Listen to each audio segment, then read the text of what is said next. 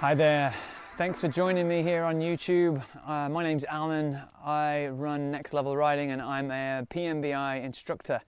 And I decided to take some of my lessons here online and to help you guys while you're all stuck at home during these times.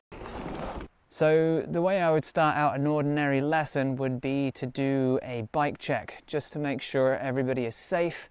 So we work through the bike from the front to the back and we'll check everything over. And the bike check kind of changes based on what we're looking to ride and who's riding.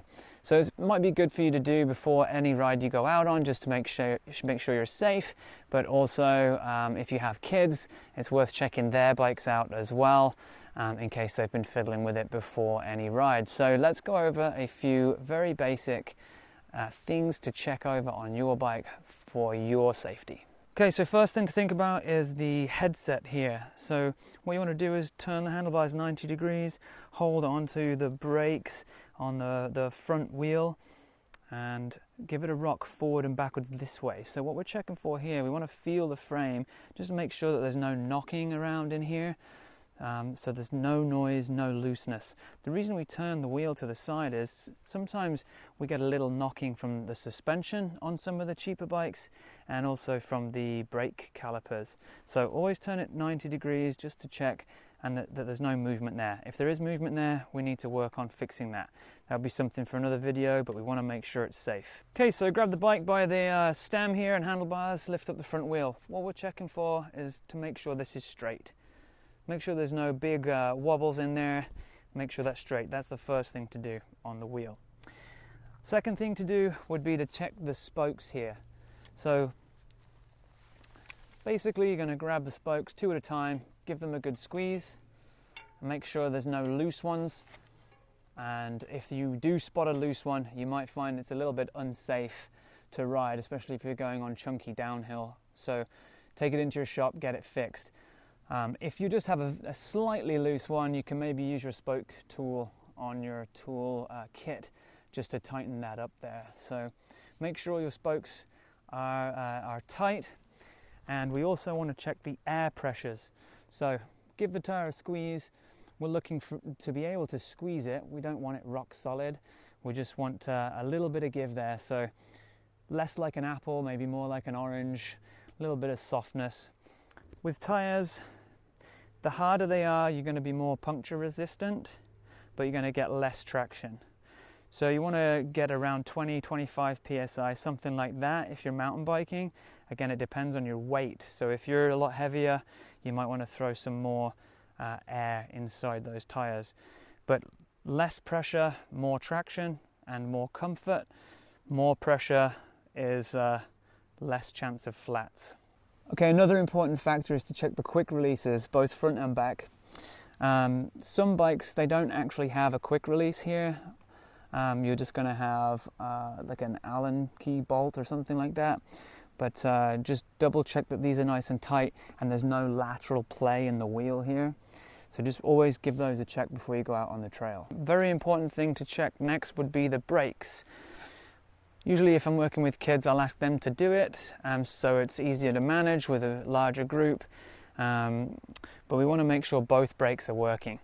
And firstly, we're going to use the left hand here. We're in Canada, so the brakes are on the other way around. In the UK and Australia, switch them over. But left hand is going to be the front brake. And so I get whoever's checking the brakes to stand by their bike, take one big step forward, holding that front brake, push your bike forward, and we know it's working. We can also go a little rock back and forth just to make sure that that brake is working well. Then we want to go for another step backwards, pressing the other brake and lifting up the front, and that way we can see those brakes are working. So another thing to make sure would be that the lever itself doesn't come all the way back to the bar. Some people kind of like it, but safety wise it's best to know that you're pulling the brake fully on and then it's not hitting the bar and stopping the brake from applying. Okay, so moving back through the bike, the seat is next. Some people are lucky enough to have a dropper seat post. Sometimes they don't work, so you want to make sure it's working before you head out for a ride. Sometimes they can be restricted by the seat collar here, so loosening this off is worth looking into. and sometimes there's a bit more to it than that. But if it's not working, take it into your bike shop, they'll get it fixed for you.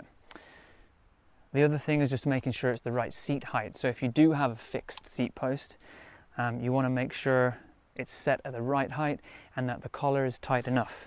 So if you have some kind of multi-tool like this, you can always just make sure that's tight, it's not going to slide on you. Finally, we really want to check the chain. So give everything a little spin back like so. Make sure it stays on the cogs and in a gear. If it doesn't, make sure it's in the right gear and then try it again. Give it a spin back. We want to just make sure that there's a nice clean operation through the derailleur, nothing's getting caught up. Worst case scenario is the derailleur chain coming off on the inside or getting snagged up in something here. So always make sure that the chain is cleanly moving through the cogs.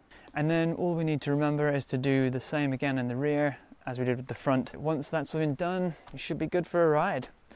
So thanks for watching. Hope you enjoyed the first bike check and first video here in the lesson format. Please subscribe, hit the notification bell, and you'll get more notification of when the latest videos come up online. Thanks so much, and we'll see you soon.